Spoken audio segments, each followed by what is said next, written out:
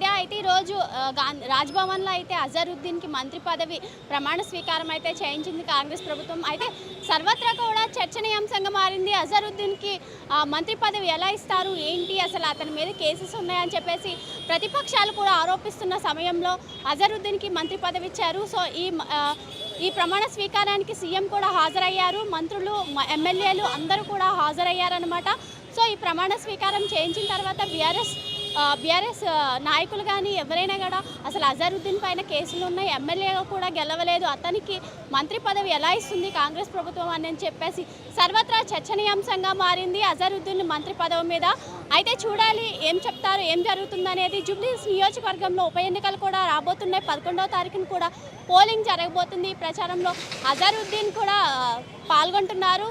So చూద్దాం మరి ఏం జరగబోతుందో. రాజస్థాన్లో ఏకంగా భారతీయ జనతా పార్టీ వాళ్ళ అభ్యర్థిని మంత్రిగా చేసారు. అక్కడ 20 రోజుల ముందు పోలింగ్ ఉందని రాజస్థాన్లో మా పీసీ అధ్యక్షుడు నిన్న రోజు చెప్పి మీరు చూసారు కావచ్చు.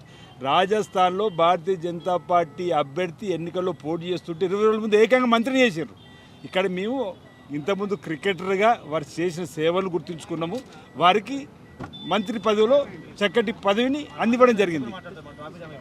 రైట్ అన్న, వాళ్ళు కేటీఆర్ కేసీఆర్ కావాలని రాజకీయాలు చేసేటువంటి వాళ్ళే తప్ప వేరే కాదు కదా. వాళ్ళకు ఈ కేటీఆర్కు ఫక్తు రాజకీయాలు చేసే ఆలోచన తప్ప మరొకటి లేదు. ఇది ఒక క్రికెటర్ను అవమానపరిచే విధంగా వాళ్ళు మాట్లాడి కరెక్ట్ కాదు. భారతీయ జనతా పార్టీ కూడా కాంపిటేటివ్ కరెక్ట్ కాదు.